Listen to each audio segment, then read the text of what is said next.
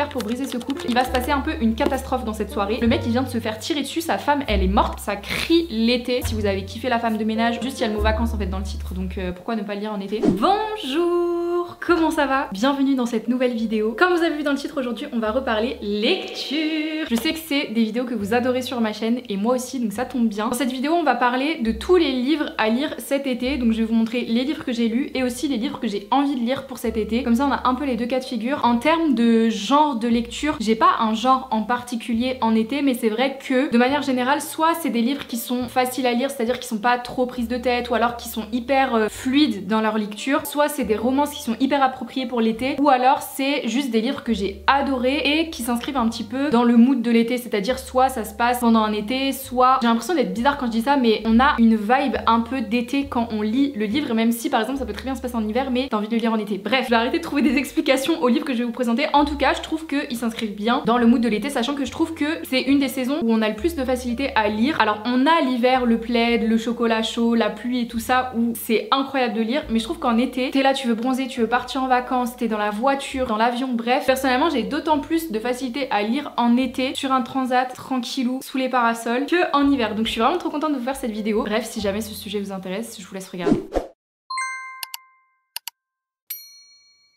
Ok, alors on va déjà commencer par les livres que j'ai déjà lus et que je vous conseille pour cet été. J'ai essayé de mettre quand même beaucoup de poches parce qu'en général c'est ce qu'on préfère emmener en vacances. Il me semble que certains des livres que j'ai en brochet là se retrouvent aussi en poche. Et voilà, après il en faut un petit peu pour tous les goûts. Alors j'ai déjà commencé par la romance que je vous conseille à lire cet été. Donc dans les livres que j'ai déjà lus en romance, pour commencer, on a The Breakup Artist de Adriana Mazer aux éditions PKJ. Alors c'est PKJ qui me l'a envoyé gratuitement, mais je suis pas du tout obligée de vous en parler dans cette vidéo. Et franchement j'ai vraiment beaucoup aimé ma lecture. Et pourquoi je vous conseille de le lire cet été? Tout simplement parce que ça se passe en été. En fait, comme le titre de ce livre l'indique, on va suivre du coup deux personnages qui sont les personnages de la couverture. Donc on a Valentine et Auguste qui sont deux meilleurs amis et en fait ils ont une entreprise pour faire briser les couples. Vous allez me dire c'est quoi ce livre chelou? Mais en gros, des amis de la famille va contacter Valentine et Auguste s'ils pensent que quelqu'un de leur entourage est dans une relation toxique, une relation sous emprise, une relation qui n'est pas faite pour eux. Valentine et Auguste vont enquêter un petit peu sur cette relation là et s'ils estiment que effectivement c'est une relation toxique, ils vont tout faire pour briser ce couple et la seule règle à laquelle ils doivent se tenir, c'est de ne pas tomber amoureux. Vous vous en doutez, si ça s'inscrit dans une romance, c'est qu'il va y avoir un petit souci. Je trouve déjà l'histoire beaucoup trop originale, genre qui pense à ça? Et en même temps c'est quand même super bien amené, du coup on va le suivre durant un été où tout va pas forcément se passer comme prévu. J'ai franchement adoré la romance, il y en a même deux, une qui passe en second plan mais au final je l'ai presque même préférée à la romance principale de ce livre. Je trouve les personnages hyper attachants, plutôt bien développés parce que c'est quand même un livre qui est assez court, il fait un tout petit peu plus de 500 pages donc ça se lit vraiment super vite. En plus de ça les chapitres ils sont courts, enfin vraiment je trouve que c'est la romance parfaite à lire cet été. Si vous voulez pas une histoire prise de tête mais quand même avec pas mal de rebondissements, des plot twists, deux romances pour le prix d'une. Ils disent de lire à partir de 14 ans et je suis plutôt d'accord avec ça, donc voilà, premier livre de cette sélection. Alors celui-ci ça fait un petit moment déjà qu'il est sorti, depuis le temps que je l'attendais en français et je crois que je vous en ai déjà parlé plusieurs fois d'ailleurs de celui-là, mais il s'inscrit encore une fois dans cet univers d'été. C'est Happy Place de Emily Henry. On l'a tellement vu passer sur les vidéos anglophones parce qu'il a fait un carton en Angleterre, aux États-Unis, vraiment on n'entendait plus que parler de ce livre là l'année dernière. Donc moi je l'ai vraiment adoré, bah déjà rien que la couverture en fait ça crie juste l'été en fait. Ça avec toi sur ton transat avec un cocktail, que demande le peuple en fait. Pareil, j'ai vraiment adoré ma lecture, même si je trouve que les 50-100 dernières pages elles étaient un peu longues. Du coup on va suivre Harriet et Win qui sont deux ex qui vont se retrouver à devoir cohabiter dans la maison de vacances en fait de leur groupe de potes, parce qu'en fait ils ont rompu un secret et ils n'ont encore pas osé le dire à leurs amis parce que leurs amis avaient vraiment espoir en cette relation là et du coup ils vont être invités par leurs potes dans la maison de vacances. Ils vont faire comme s'ils étaient toujours ensemble pour éviter de faire de la peine. On va être un petit peu sur un fake dating, pas vraiment enemies to lovers, mais c'était assez drôle quand même qu'ils fassent semblant de sortir encore ensemble alors qu'on sait même pas vraiment au début pourquoi ils ont rompu, dans quelles circonstances. Ils vont se rendre compte que finalement c'était peut-être pas une si bonne idée que ça que de rompre. Et en plus de ça on va suivre du coup toute cette bande de potes pendant l'été avec leurs activités, leurs histoires et dramas un peu respectifs. Franchement j'ai vraiment beaucoup aimé cette lecture et encore une fois c'est un super bon livre à lire pour cette saison là. Ensuite un livre que j'ai pas encore terminé, là je suis en pleine lecture mais vraiment quand je le lis ça crie l'été, rien que la couverture. Donc c'est Les Sirènes de Malibu de Tyler Jenkins Reid. Dans cette histoire, alors dans les grandes lignes parce que je l'ai pas encore terminé, mais on va suivre toute une fratrie, donc Nina, Hud, Jay et Kit, qui sont les enfants célèbres en fait d'un grand chanteur reconnu à l'international. Au début on va suivre plutôt l'histoire des parents et petit à petit en fait l'histoire elle va se développer sur les enfants et surtout ce qui est hyper intéressant autour d'une seule et même soirée, c'est-à-dire qu'on a à peu près 500 pages autour autour juste d'une seule et même soirée. Alors on a certains flashbacks en arrière justement dans les années de vie des parents pour comprendre un petit peu ce qui s'est passé, et je trouve ça trop intéressant parce que du coup on a plein de points de vue différents avec ces 4 frères et sœurs autour de la même soirée. Qu'est-ce qui se passe, et surtout le plot. Alors c'est pas du tout un spoil parce qu'on le sait dès le premier chapitre, le prologue. Il va se passer un peu une catastrophe dans cette soirée, et justement en fait on nous tient en haleine du début à la fin avec juste le prologue qui nous dit que la soirée va partir complètement en cacahuète et ça va être un drame historique. Donc là je suis pas encore au stade où je comprends vraiment ce qui se passe dans la soirée et où est-ce que ça va, mais je suis vraiment à fond dans les histoires, les dramas, les romances qu'il y a un petit peu entre chacun, aussi les amitiés, les tromperies, les ruptures, bref, il y a vraiment de tout dans ce livre, et encore une fois c'est hyper bien écrit. À chaque fois que je lis un livre de cette autrice, vraiment je suis sur le cul, c'est une dinguerie. Donc moi là je suis à la page 307, il y a à peu près 450 pages, donc je pense que je vais le terminer aujourd'hui, mais vraiment je peux d'ores et déjà vous dire que c'est un livre que vous devez lire en été parce que ben ça se passe à Malibu, il y a vraiment la vibe surf, plage, sable chaud, été, soirée, cocktail, bref, incroyable. Un autre genre que j'adore lire en été, mais vraiment je crois que c'est un de mes genres préférés justement parce que ça se lit tout seul, c'est tout ce qui est roman policier, thriller, cozy crime, toutes ces choses là. Donc j'ai 3 livres à vous présenter. Pour commencer on a celui-ci dont je vous ai déjà parlé, c'est Toutes ces fautes de Andrea Mara que j'ai terminé le mois dernier. Incroyable sur 10 vraiment, si vous avez kiffé La femme de ménage ou si vous voulez un peu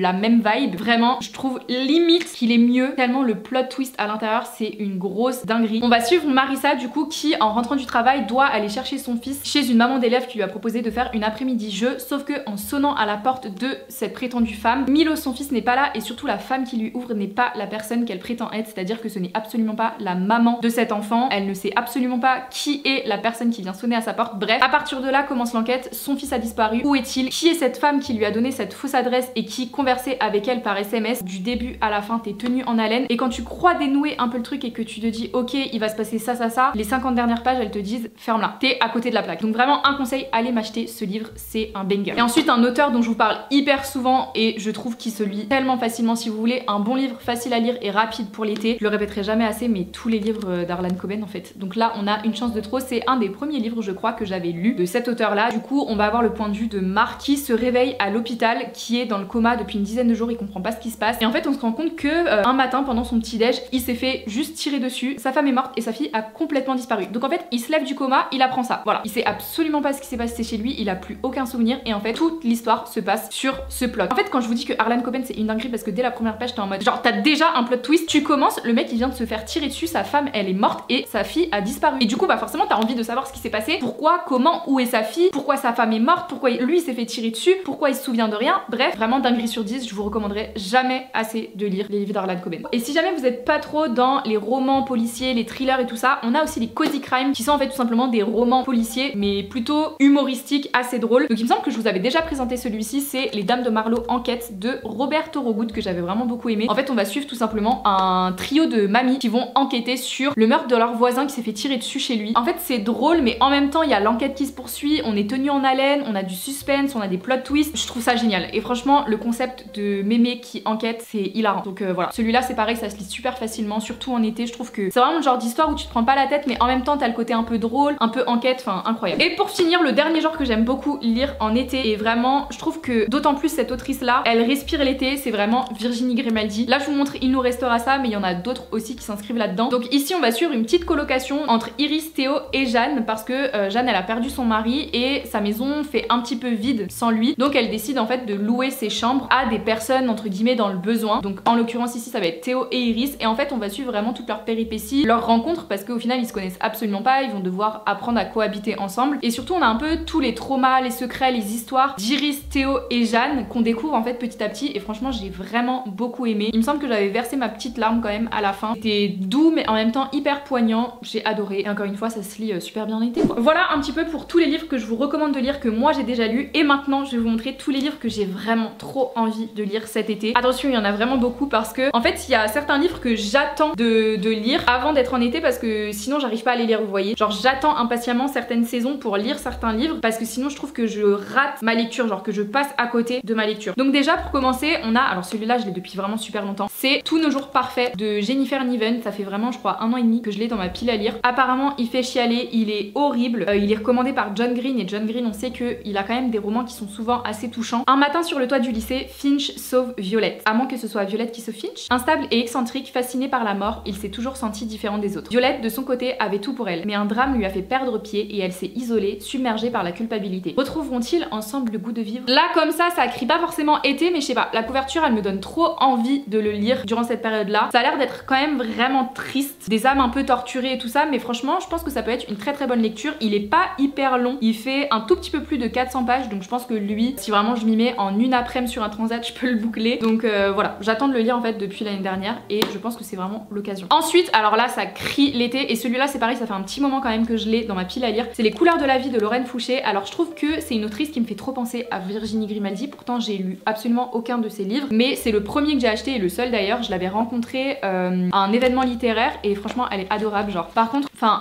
c'est vraiment genre sa signature, c'est vraiment des gribouillis, ça me fait trop rire. Fraîchement débarquée de son île bretonne à Antibes pour devenir la dame de compagnie de Gillon, Kim est frappée par la complicité qui unit cette ancienne actrice à son fils unique. Aussi, quelle n'est pas sa surprise lorsqu'elle apprend que celui-ci aurait disparu des années plus tôt. Gillon est-elle victime d'un imposteur? Guidée par son désir de protéger celle qui pourrait être sa grand-mère, Kim va tenter de percer le secret de cette mystérieuse famille. Des vagues de tendresse, un parfum de Bretagne, une pincée de suspense et de l'humour à foison, Lorraine Fouché déploie ici toute la magie de son écriture. Ça a l'air incroyable, donc pour l'instant je peux pas vous en dire plus vu que je l'ai pas lu, mais ça ne saurait tarder. Je vous ai dit, les thrillers, les romans policiers c'était ma cam en été, du coup j'en ai deux à vous montrer. Déjà on a Rentre avant la nuit de Lisa J. Wells parce que je n'ai jamais lu un seul livre de cette autrice et que ça me donne beaucoup trop envie. Il y a Harlan Coben et Paula Hawkins qui conseillent ce livre et cette autrice, donc en fait il n'y a pas de raison que j'aime pas. Talula, 19 ans, n'est pas rentrée de sa soirée. Elle a confié son fils, qui n'est encore qu'un nourrisson, aux soins de sa mère. Jamais elle ne l'aurait abandonné. Si elle n'est pas de retour chez elle, c'est que quelque chose ou quelqu'un l'en a empêché. La dernière fois qu'elle a été vue, c'était aux Cendres, un domaine situé à la lisière de la forêt. 2 ans après la disparition de l'adolescente, Sophie s'installe à Maypole House, le prestigieux pensionnat dont son compagnon vient de devenir directeur. Dans le jardin de leur cottage, elle découvre un morceau de carton punaisé sur la clôture qui porte l'inscription « Creusé ici ». Il n'en faut pas davantage pour que Sophie s'empare de cette affaire classée un peu trop vite. C'est le début d'un jeu de pistes étourdissant. En fait, je pense qu'il faut pas que je lise les quatrièmes parce que après du coup, vous voyez, ça m'embrouille et j'ai envie de tout lire. Ensuite, évidemment, la seule et l'unique Freda McFadden, qui d'autre finalement. Donc on a La Psy que j'ai reçu pareil des éditions J'ai lu, donc merci beaucoup. Alors j'ai lu les 2 premiers tomes de La Femme de ménage et là plus récemment j'ai lu La Prof que j'ai un petit peu moins aimé. Du coup j'ai trop envie de me réconcilier avec cette autrice là et apparemment celui-là il est mieux que La Prof. Donc franchement j'ai vraiment hâte. Je vous lis encore une fois la 4e. Jeunes mariés, Tricia et Ethan recherchent la maison de leurs rêves. Alors qu'ils visitent le manoir isolé de la docteure Adrienne Hale, une psychiatre disparue 3 ans plus tôt, ils se retrouvent piégés par une violente tempête de neige. Au grand effroi de Tricia qui est persuadée que quelque chose de terrible s'est produit dans cette demeure. Et puis il y a ces empreintes de pas récentes sur le parquet comme si quelqu'un vivait encore là. Par hasard, Tricia découvre une pièce secrète qui renferme les enregistrements audio de chaque patient de la docteure Hale. Le voile de mystère qui recouvre la disparition de la psy se lève lentement, mais déterrer des secrets enfouis est un jeu dangereux. En fait, je sais pas trop où me situer entre il a l'air incroyable et c'est flippant. J'ai pas envie de lire ça. Je vous en dirai aussi des nouvelles dans un vlog, écoutez. Ensuite, on a encore une fois, je vous ai parlé de Happy Place, People We Meet on Vacation de la même autrice de Emily Henry. Ben juste il y a le mot vacances en fait dans le titre, donc pourquoi ne pas le lire en été? Vraiment, ça crie été 2025 en fait. Alex et Poppy n'ont absolument rien en commun. Il est grand, calme et aime rester chez lui avec un bon livre. Elle est petite, grande gueule, mordue de fêtes et de voyages. Pourtant, ils sont les meilleurs amis du monde. Depuis 10 ans, chaque été, ils se donnent rendez-vous pour passer une semaine de vacances ensemble. Jusqu'à il y a 2 ans quand ils ont tout gâché. Coincée dans son train-train quotidien, Poppy ne rêve que d'une chose, retrouver Alex et leur traditionnel road trip estival. Lorsqu'il accepte de repartir avec elle, Poppy sait que c'est sa dernière chance de tout arranger entre eux. Mais après 2 ans de silence radio, peuvent-ils vraiment faire comme si rien ne s'était passé? Donc là, je pense qu'on va être beaucoup plus sur une romance, un petit peu comme Happy Place, une histoire beaucoup plus douce et légère, mais ça a l'air incroyable. Vraiment, j'ai l'impression que ça a l'air d'être limite un spin-off de Happy Place, genre dans un peu le caractère, même si évidemment c'est pas du tout lié, mais je sais pas. Là, en le lisant, ça me fait vraiment penser à Happy Place justement, donc écoutez, pourquoi pas. Un de mes derniers achats, si ce n'est je crois le dernier livre que j'ai acheté, Not in Love de Ali Hazelwood, tout simplement parce que cette autrice, peu importe le livre que j'ai lu d'elle, j'ai absolument adoré. Je pense que c'est vraiment une de mes autrices de romance préférées et là on est sur de la nouveauté. J'adore lire ces livres et en fait j'ai vraiment un arrière-goût d'été en fait quand je lis ces histoires parce que encore une fois elle a une plume hilarante, c'est léger, c'est drôle mais en même temps c'est un peu sexy justement avec la romance. J'aime vraiment beaucoup son écriture, j'avais adoré Love Hypothesis, Love on the Brain, etc. Il me semble que je les avais lus justement en été, du coup c'est peut-être pour ça que j'ai un peu ce feeling là, mais du coup j'ai aussi beaucoup trop hâte de lire ce nouveau roman. D'ailleurs j'en ai encore un autre qui m'attend mais je crois que c'est plusieurs livres en même temps, c'est Laws to Love You, je sais pas si vous l'avez déjà lu mais du coup je pense que quand j'aurai terminé celui-ci je me mettrai sur l'autre. Rue Cyber, c'est quoi ce prénom là? A une règle d'or, elle n'accorde jamais de second rendez-vous. Cela participe à son équilibre de vie, des amis fidèles, en enfin juste 2, la stabilité financière qui lui a fait défaut dans son enfance et un job de rêve chez Klein, une entreprise de biotechnologie, suffisent à son bonheur. Faut savoir, Ali Hazelwood, elle adore tout ce qui est scientifique. Je crois qu'il n'y a pas une seule de ses romances qui n'inclut pas des gens hyper intelligents ou dans les études supérieures. Vraiment, je trouve que c'est un côté que j'aime beaucoup dans ses romances aussi. Alors quand elle quitte Ellie Kilgore après une soirée mémorable, elle sait qu'elle ne le reverra jamais. Seulement le lendemain matin, Rue apprend, médusée, que Klein a été racheté par Ellie et ses associés. C'est un homme qui a l'habitude d'obtenir ce qu'il veut en affaires comme en amour. Sauf que Rue Cyber est catégorique. Elle ne va rien lui céder et surtout pas son cœur. Ça a l'air vraiment incroyable. Très souvent dans ces romances, en fait, c'est l'homme qui est directement amoureux de la femme et pas l'inverse, vous voyez. Attention parce que on a quand même pas mal de scènes explicites en général dans ces romances. Donc je pense que pour celui-ci ce sera aussi le cas. Mais voilà, j'ai beaucoup trop hâte. Ma dernière réception de livre en date, d'ailleurs je vous l'ai montré dans un de mes derniers vlogs, ça devient des éditions J'ai lu. C'est Cross the Line de Simone Soltani. En fait, la couverture, elle me donne tellement envie. Vraiment le bleu ciel comme ça crie l'été. Formule 1, ça a l'air juste incroyable. La carrière de Dave Anderson est en péril à la suite d'un scandale médiatique. Argonaut, son écurie de Formule 1, menace de le laisser tomber. S'il veut réaliser son rêve et gagner sa place parmi les plus grands pilotes, il faut absolument que Dave redore son blason. Embaucher quelqu'un pour gérer ses réseaux sociaux serait un bon début. Et ça tombe bien, il connaît la personne idéale, Willow Williams, la sœur de son meilleur ami et un petit génie de la communication. La voilà engagée pour sauver Dave du désastre. Le problème, ses pensées ne sont pas 100% professionnelles. Vraiment, ça a l'air incroyable et je crois que j'ai jamais lu de roman autour de la Formule 1. Je suis hyper curieuse de savoir si je vais aimer. Il m'a pas l'air super long. Il fait un tout petit peu plus de 500 pages, donc je pense qu'il va se lire hyper vite. Et pour finir cette vidéo et cette sélection, là vraiment j'ai plus de salive. Je dois aller manger d'ailleurs parce qu'il va être midi. Je n'en peux plus les gars. On a Heartbreak Hotel de... alors c'est deux auteurs. Donc Nicole Ariana Beltramini et Agnès Innocente. Donc des éditions Comet. Je n'ai absolument jamais lu de roman graphique. Et juste regardez-moi ça. En fait le code couleur à l'intérieur, je trouve qu'il fait vraiment très été. J'ai trop hâte de découvrir un petit peu si je vais aimer aussi ce genre là. J'ai toujours plutôt bien aimé les BD, les mangas et tout ça, donc je pense qu'il n'y a pas de raison que celui-ci je l'aime pas forcément, surtout que l'histoire a l'air vraiment incroyable. Il existe un endroit où l'on se réfugie quand tout s'écroule, un lieu secret où les cœurs brisés trouvent du répit, le Heartbreak Hotel. Maya Martino, Fiona et Fred y sont accueillis après que l'amour les a laissés en miettes. Là-bas, chacun pense ses blessures dans une bulle où le temps semble suspendu. Mais l'hôtel n'est qu'une étape et bientôt ils devront affronter leurs peurs, leurs doutes et surtout la vie qui continue. Ensemble, ils découvriront que même les cœurs les plus abîmés peuvent guérir et qu'il suffit parfois d'un geste, d'un mot ou d'un ami pour recoller les morceaux. Franchement, ça a l'air trop cool en fait et encore une fois hyper original comme thème abordé. Vraiment, bon après c'est un peu leur taf, mais je trouve que les auteurs qui ont de l'imagination comme ça, alors que finalement ça reste de la romance, donc j'ai l'impression qu'à chaque fois on a un petit peu tout vu, mais qui arrivent quand même encore une fois à se démarquer avec des histoires originales comme celle-ci. Franchement, je trouve ça incroyable. Donc voilà pour à peu près toute ma sélection de livres pour cet été. Au total, il me semble qu'il y a à peu près une quinzaine de livres, donc là franchement si vous trouvez pas votre bonheur, je peux plus rien faire pour vous. Si jamais vous voulez d'autres recommandations lecture ou alors que vous voulez savoir en avance ce que je vais penser de tous les livres là que je vous ai présentés et que j'ai pas encore lu, n'hésitez pas à me rejoindre sur TikTok parce que je vous le dis vraiment tout le temps, mais je parle beaucoup de livres sur cette plateforme là. C'est vraiment là-bas que j'ai commencé en fait à parler lecture, donc si vous voulez voir mes anciennes vidéos ou voir les prochaines à ce sujet, n'hésitez pas, je fais aussi pas mal de make-up. Bref, en tout cas j'espère vraiment que cette vidéo vous a plu, que cette sélection aussi vous a plu. J'ai essayé de mettre un petit peu des genres un petit peu différents à chaque fois pour pas que ce soit redondant pour vous ou que vous puissiez quand même vous y retrouver. Dites-moi si jamais vous avez lu les livres que j'ai pas encore lus ou même ceux que j'ai déjà lus, est-ce que vous en avez pensé? Franchement je suis hyper curieuse et vraiment donnez-moi envie de vider ma pile à lire en fait, parce que là j'ai compté en scannant tous mes livres sur Goodreads, j'ai 95 livres dans ma pile à lire et l'objectif c'est vraiment qu'à la fin de l'année, genre en décembre 2025, j'en ai en dessous de 10. C'est vraiment mon goal, mon objectif. Après je reçois des livres aussi des maisons d'édition, mais je vais essayer de plus trop m'acheter de livres ou du moins de lire plus de livres que ce que j'en achète pour essayer de vider un maximum ma palle parce que là j'en peux plus vraiment. En fait j'ai trop envie d'avoir la satisfaction d'acheter un livre et de le lire directement parce que j'ai envie et pas genre de le ranger dans ma bibliothèque et de le lire genre un an après parce que j'ai plein d'autres livres qui m'attendent, vous voyez. Donc bref, j'espère vraiment que cette petite vidéo vous a plu. Je vous fais des très gros bisous, portez-vous bien et à la prochaine, ciao.